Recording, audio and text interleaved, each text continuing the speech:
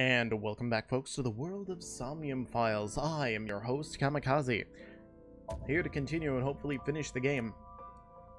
I have been very disappointing to all of you all by continuously not streaming, not uploading, and so forth. The summer rolls around and I am dying of heat. Other things in my brain end up causing me to, not be as motivated as I should be. Look ahead.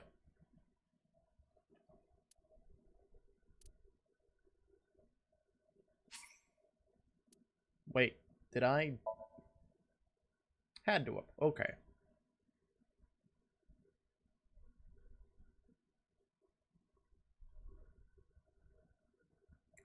Wednesday.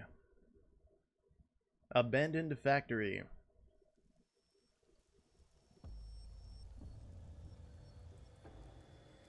Oh, that's right. There was like a zombified Renju. You're awake. Damn it. I don't think you can release yourself. Well, do something about it. What is it you expect me to do? Pop out of the eye, do something. Come out of my eye socket and get like this off that. of me. I cannot. Why not? My body has short-circuited. It must have been the electric currents from earlier. Gah. But fortunately, my communication functions are still operational. I attempted to reach HQ and Abyss personnel for support. And? No response. How would there be no response? They ignored you? There must be pressure from the higher-ups. Likely a result of Congressman Tsujima's interference. He thinks I'm investigating Monika's case. That is not the only reason. What's the other reason? So Tsujima holds a personal grudge against you. He wants you dead. Oh. I guess that makes sense. That is likely why Pewter is attempting to delete my data. Are you okay? For now. But if they breach my final layer of ice, they will destroy me. Why not disconnect yourself from the network? I would cease to exist.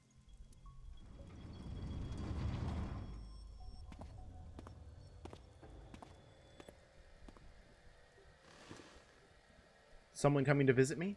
Oh. Number 89. Hello.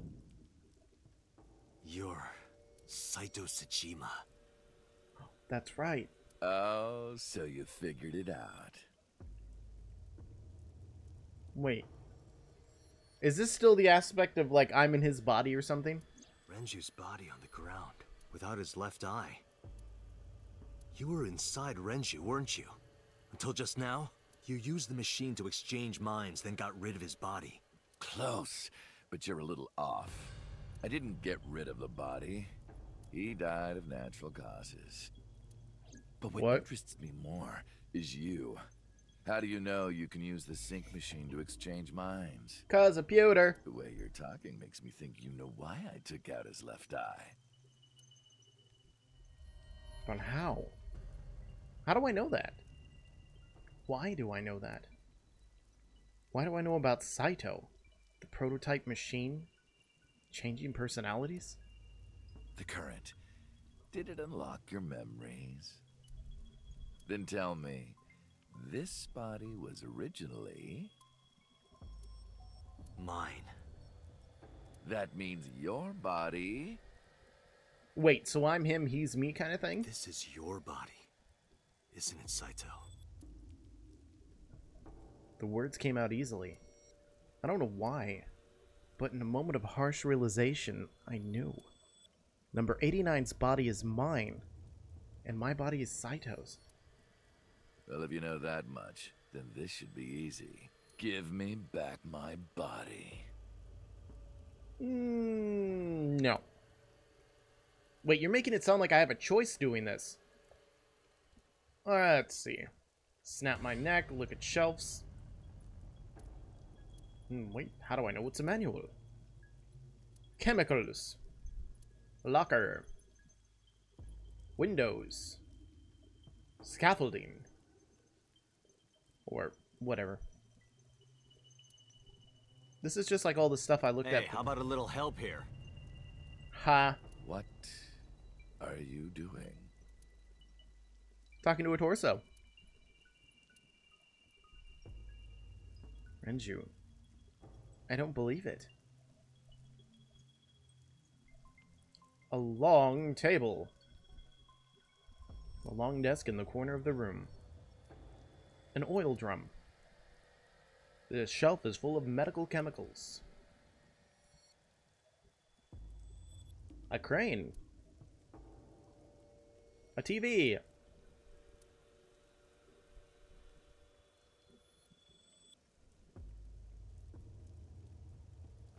A chair.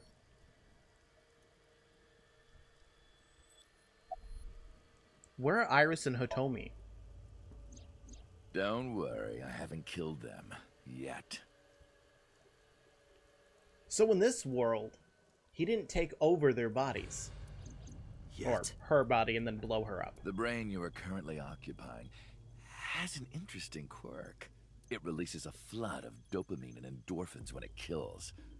I thought I'd take that brain back before killing those two. In front of you, of course. Which is why I haven't killed them yet. Such beautiful Oh my eyes. god. I was going to begin the sync, but I think I've changed my mind. I want to see you mad. But what will really set you off? If you don't shut your mouth right now. All right, talking it is. What should I say? Do you have any questions for me? Why?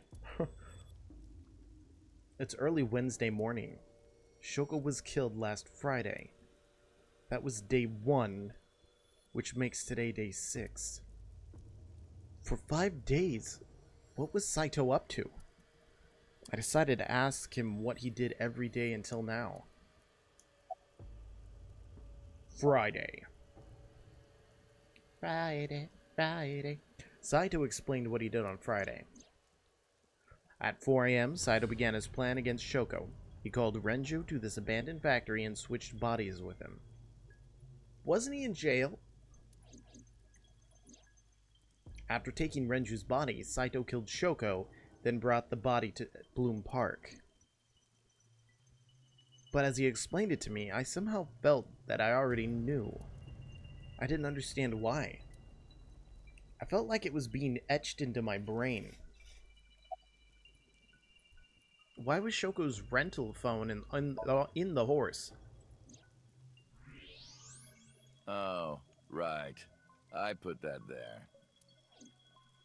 When I was fixing Shoko's body on the horse, her phone fell out of her clothes. I forgot that I had given her one.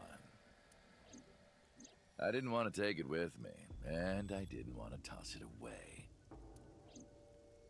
So, I decided to push it into the mouth of the horse. But aren't, like, those carousel horses, the mouths completely closed? I mean... The merry-go-round horse's mouth was hollow, which allowed the phone to fall down into its body. Okay. What about Saturday? I was still in Renju's body. My next target was Iris. If I asked her to come to the abandoned factory, I knew she would be skeptical, so I called her to Sunfish Pocket. I even video called her, but for some reason, she said no. This was around 5 p.m. I was still Renju, the president of Lemniscape. I didn't think I would have any trouble getting her to trust me, but... Date, do you remember? Saturday evening after syncing with Mizuki. Inside the Somnium, you thought you saw Iris's body, so you called her. The time was 4:52 p.m., right before Renju called Iris. Oh. You told her. Okay, don't go anywhere. Lock the door and stay at home. Oh! I saved her life without even really meaning to, but meaning to. Iris didn't accept Saito's proposition because of your warning. If you did not warn her... She would have been taken here. I decided to pick her up in Renju's car. I thought that if she saw me in person, she would trust me. What is this, their live stream now? However, You got in an accident around 6:10 p.m. and lost consciousness. Oh, God, all these things I forgot even happened. so unlucky. And that's why I jumped out the window. My plans were ruined, but my ultimate goal is still achievable. Sunday? After the accident, my body was taken to Central Hospital. I regained consciousness just past 12 a.m. Sunday. The surgery was a success, but Renju's organs were in a horrible state. But I had somewhere to be. I left the hospital, rented a car, and headed to Iris's house. I know what happened after that. You got to the Sagan household at 2 a.m. While she was live Push the streaming. intercom button. He was sweating buckets and he came up to me with this begging look in his eyes. He said, "Come with me." You got Iris to come with you. But when you tried to bring her here... I got scared. I pulled my hand away and ran. Oh, you know that too? Yeah? But you're exactly right. I was planning to put her to sleep in the car, but I didn't have my drugs on me. The sleeping pills were inside Renju's crushed car. I was pushing my luck. My plan and my body were both in shambles. I'm sure the painkillers were affecting me as well. My mind was scrambled, and I couldn't think straight. I couldn't chase after her. I needed to sleep. I managed to make it back here and collapsed on the ground. Next thing I knew, it was the next day. I woke up around noon on Monday. Renju's body was about to expire. And Monday? By Monday, Renju's body was almost completely dead. And of course, my consciousness as well. That's when I got a call from a Mr. Amanoma. Amanoma? The man you call Computer. I knew the story after that. The boss told me that number 89 was coming. Then, Renju asked, "Is there any way we can let number 89 escape?" Wait, why would... So Pewter came up with a plan to help 89 escape.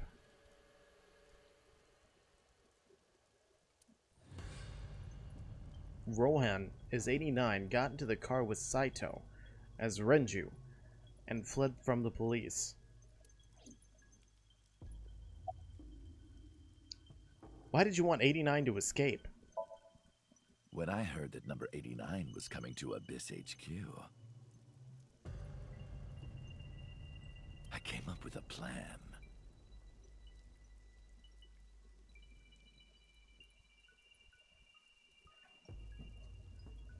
Iris trusts this number 89, this body. I thought I could use it to get to her. And there was another reason. Wait. Okay. So according to what he's saying is that I was him and he was me, and this was the guy that Iris knew from the past, and it's probably why Iris trusts me the way I am now, because probably somehow randomly connected between the two, but I was him, and I was, you know, doing her mom. I planned on eventually switching bodies with you. You and I would get our original bodies back. And after I do that, I will kill Iris and Hitomi in front of you while you're in this body. A rather nice plan if I do say so myself. But why? Why? That's why Fucking I murderer. asked Pewter to help number 89 escape. I wanted this body at all costs. So he wanted 89 to escape, so that way Renju could switch bodies with him, and Renju's now over there dead. What happened after you escaped with 89 in the car? I brought Rohan, who was inside number 89's body, to the abandoned factory. Rohan was my partner in the Cyclops serial killings 6 years ago. Yeah, because he liked eyeballs. So naturally, we had a lot to talk about. But I didn't have much time left. Not to sound like a broken record, but Renju's body was almost done. It was completely useless at this point. So, I put Rohan to sleep and began the sync. As a result, this happened. So Rohan is dead over there. Renju. It's just like I told you. He died of natural causes. That's not really natural causes. He got into a car accident and probably had some weird-ass hemorrhaging or something. As my phone goes up, about the shooting on Monday. Just mercenaries I hired. After I woke up Monday, I arranged the hit. Okay. They were expensive, but I had access to Renju's bank account. I paid them with his money. So wait. Of course, my intention was only to kidnap Iris. But after I got this body, I didn't really need them anymore. But they had already been paid good money, so I decided to leave the arrangements as they were. And then, Pewter.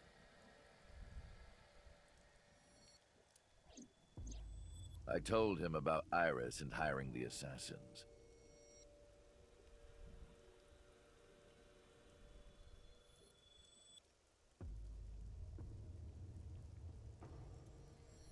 I told him he could use them for whatever he needed.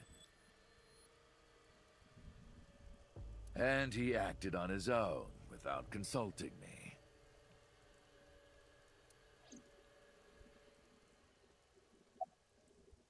And Tuesday? I called Iris about 24 hours ago.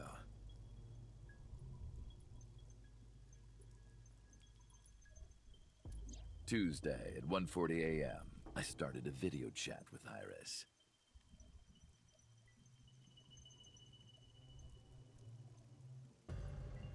Long time no see. I'm sorry to call you out of the blue like this, but I need to see you. Iris got so excited that she dropped her guard.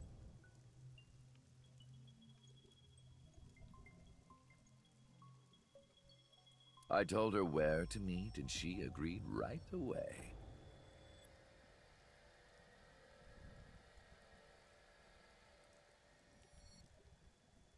It was all according to plan.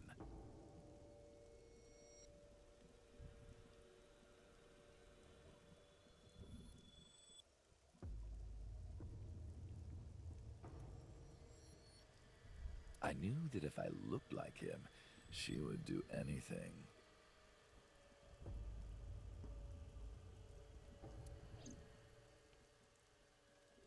I've been looking for him for 6 years.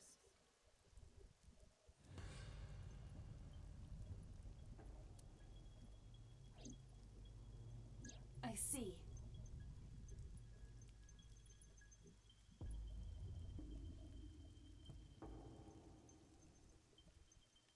That is why Iris left Matsushita Diner.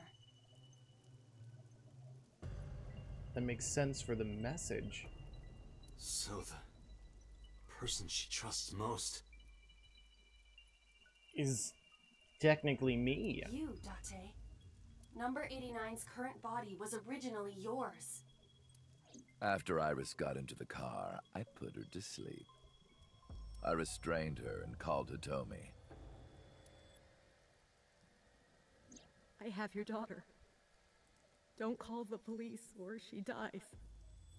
Well, technically you didn't call, you kind of came here. I used Iris to reel in Hitomi. And you. Thanks for being so cooperative. But you did drag your feet. I was getting tired of waiting.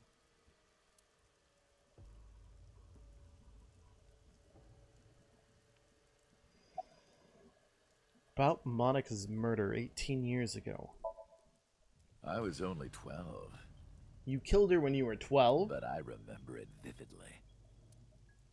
On that day, 18 years ago, I heard my dad on the phone. I'm going to see Monica. I followed him. I got into a taxi and followed my dad's car. He went to the Harbor Warehouse District.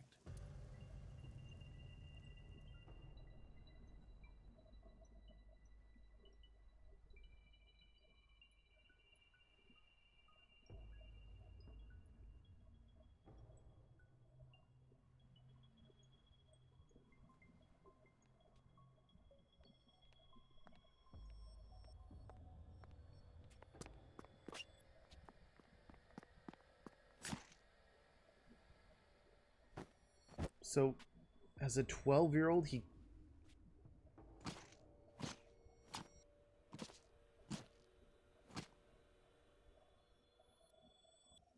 Holy fuck. Why did you kill Monica? I've only ever been happy when I was killing something.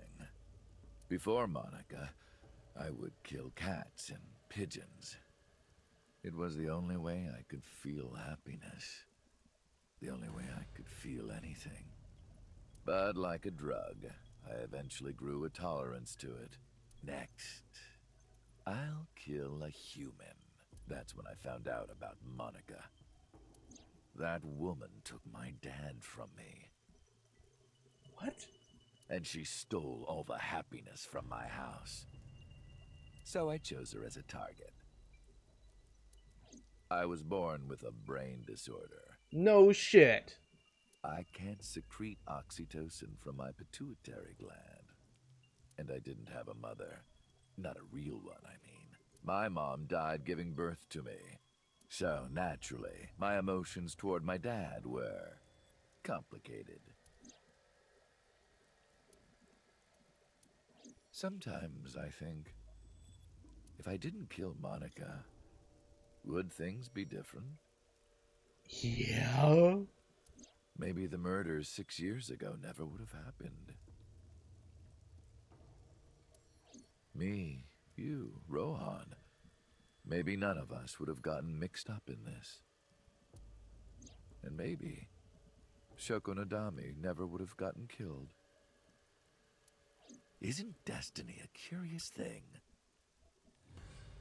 One mistake can change so many lives. I like to think of that more on the positive side, as if some bad things, you know, happen that were outside of your control, but you ended up in a good place at the end, that you wouldn't regret the bad things that happened. Not when it comes to murders.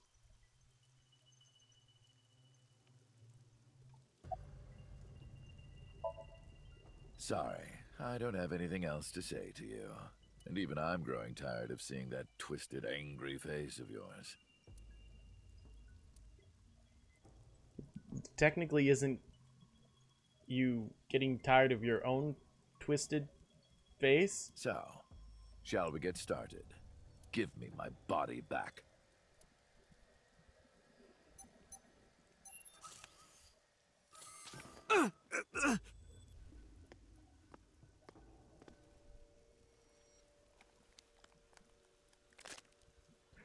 What a strange fake eye.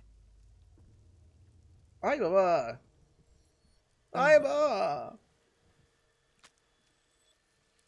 So wait, why are you taking out...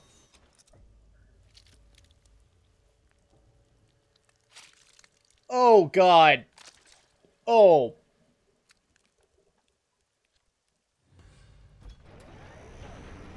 I mean, he just calmly ripped out his eye. All right, it's ready. And why? What was the purpose of this? I know they mentioned something about removing the left eye, but why did you have to remove the left eye? I still didn't understand that.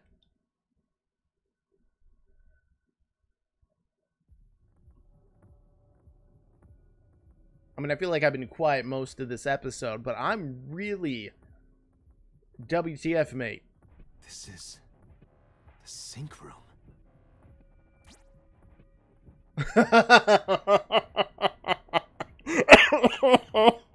Oh. That was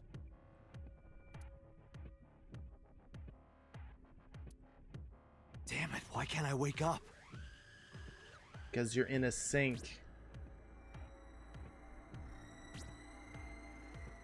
This doesn't look like footage from a surveillance camera. So wait. Does this mean I'm in a sync in his mind, or is he in a sync of my mind? Or are we in a sync of each other's minds and we're gonna, like, battle it out to the death?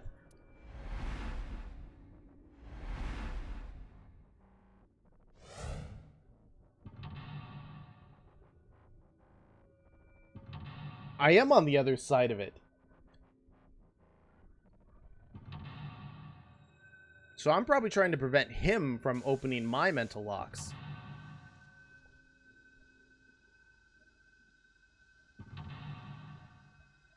Number 5.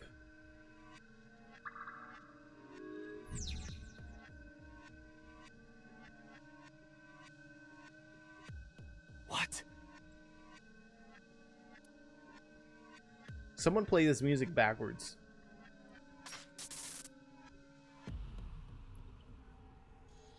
Hey, look, there's the first mental lock.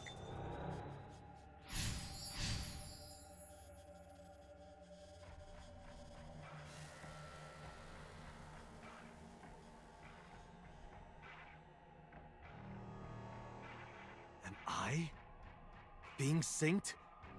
It kind of seems that way, yep.